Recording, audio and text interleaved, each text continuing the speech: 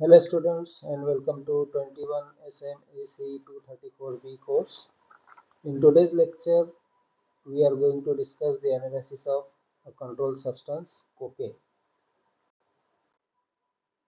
Cocaine is a powerful addictive drug. On the streets, it is usually sold as a fine and white powder. Cocaine is a powerfully addictive psychoactive stimulant drug. The powdered hydrochloride salt form can be snorted or dissolved in water and injected. Use in any form is illegal in the United States when used as a recreational drug. The cocaine, commonly called as coke, is a strong stimulant, most frequently used as a recreational drug.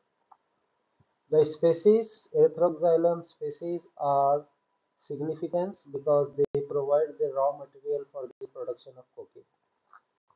Of the 200 species of Erythroxylum, only Erythroxylon coca and Erythroxylon novogranatans are considered significant because they contain more or the highest levels of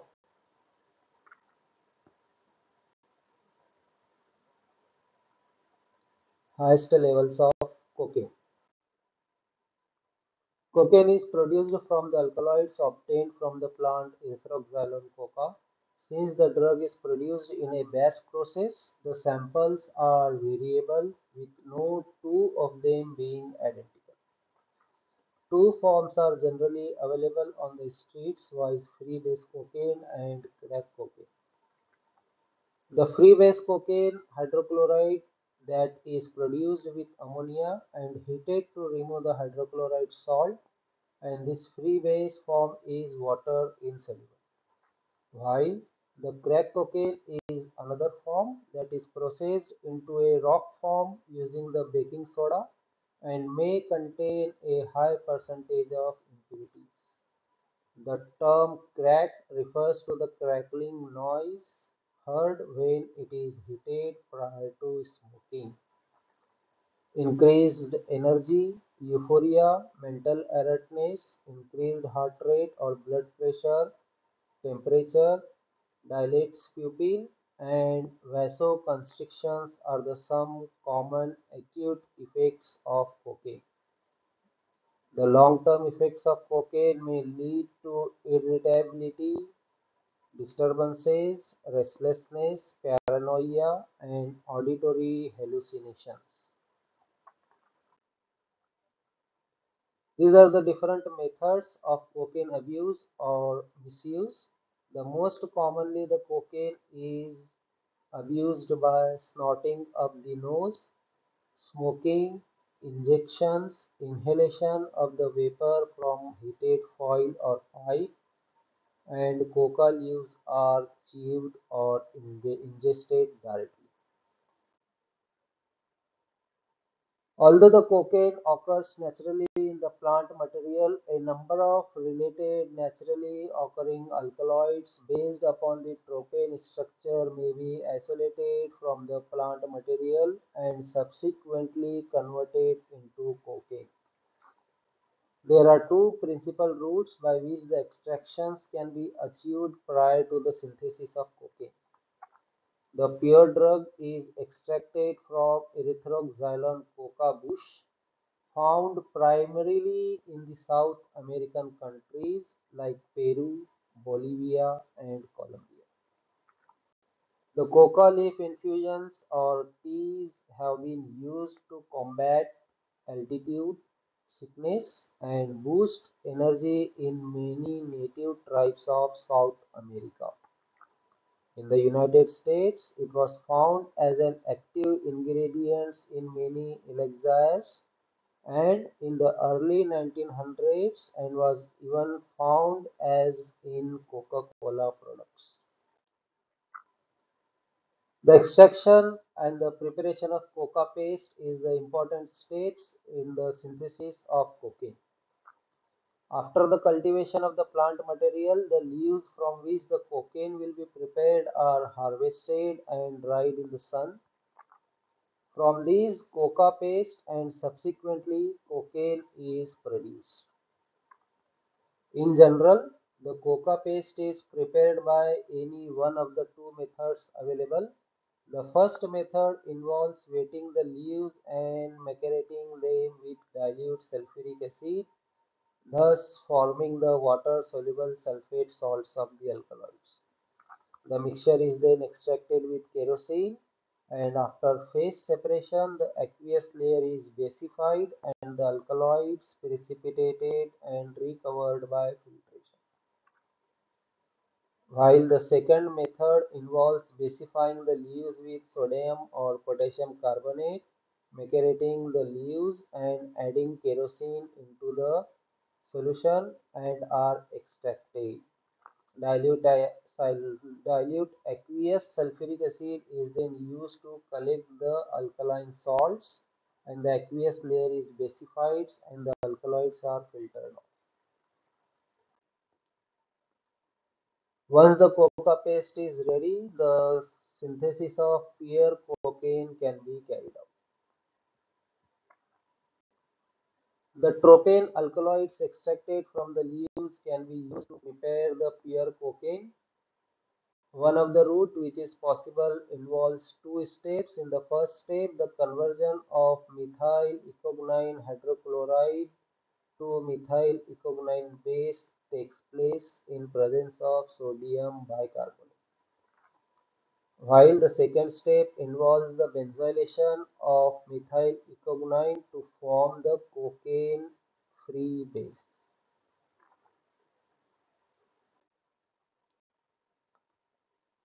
The qualitative identification of cocaine involves the physical description of the material and packagings, followed by a combination of presumptive tests, TLC, and techniques, usually GCMS.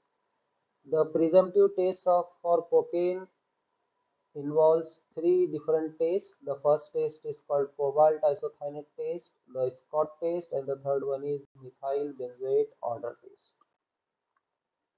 In the cobalt isothianate test, the cocaine is the addition of material under investigation to a 2% solution of cobalt isothianate in water. And the presence of cocaine and the related alkaloids result in a blue color formation. But dimorphine and temazepam also result in a blue color. But none of the other opiates or benzodiazepines results in this color reaction. Therefore, this reaction can be further confirmed by the modified cobalt isothianate test, which is also called as the Scott test.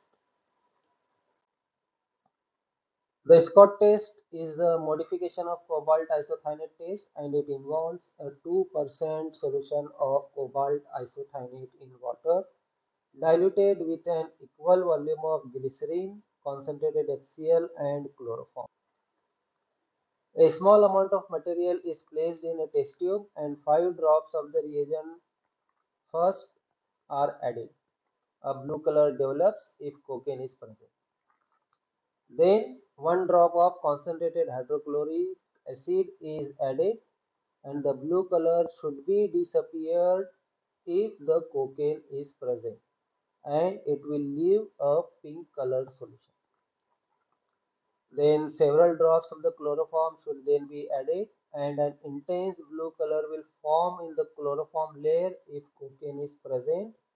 Along with the sample, again a positive and a negative control should be performed during the analysis of the test sample. The third presumptive test is the methyl benzoate order test, and this test relies on the hydrolysis of the benzoate esters of cocaine and benzoyl ecogonyl by potassium or sodium hydroxide. This is generally a basic base hydrolysis reaction in which the esters will be converted into an acid and alcohol. For this test, a 5% solution of sodium hydroxide or potassium hydroxide is prepared in methanol and the sample under the test is mixed with a small volume of this reagent in a suitable container and warmed gently. Even it can be sprayed on the palm of the hand and it can be rubbed so that the solution and the sample get warm. The excess alcohol is allowed to evaporate and the smell arising from the mixture is noted. A positive and a negative control should be undertaken so that the smell can be easily compared. If the positive tests are obtained in the presumptive test, the next stage in the analysis is to undertake the TLC or to proceed directly to the GCMS evaluation. Prior to the use of any further method for the analysis of the material and identification of cocaine, the cocaine must be extracted in a suitable solvent, and the presence or absence of cocaine in a sample may qualitatively be determined by using TLC carried out on the silica gel. A number of different solvent systems are available for this. The two are given as an example. The first one is a mixture of methanol and ammonia, and the second is a mixture of cyclohexane, toluene, and diethylamide. In the mixture of methanol and ammonia, the cocaine shows the RF value of 0.59, while it shows the RF value of 0.56 in the second solvent system. The compounds can be examined visually under the white light, short wavelength, and long wavelength, and after using visualization reagents. These include general reagents such as 1% KMnO4 in water, those used for other drugs of abuse, for example, acidified potassium iodoplatinate, or those used for alkaloid detection, for example, drag and dots reagent. We can use any of these three reagents to visualize the spots. By comparison of the RF data and the colors observed under different light conditions and with different visualization reagents, the compounds thought to be present in the mixture can be determined and standard mixes prepared for GCMS analysis. The definitive identification of the cocaine can be achieved by GCMS analysis, which is routinely applied for the identification purpose. The trace sample should be obtained by swabbing the surfaces to be examined and subsequently processing the swabs by eluting the drug using methanol or ethanol. Whereas the bulk samples are to be analyzed, the samples should be thoroughly homogenized in the preparation for this. Derivatization is frequently used and the number of reagents are available. This is a typical GC operating conditions and parameters which are suitable for the analysis of cocaine by using GCMS technique. The column is of OV1 type with the length of 25 meter and 0.222 millimeter inner diameter.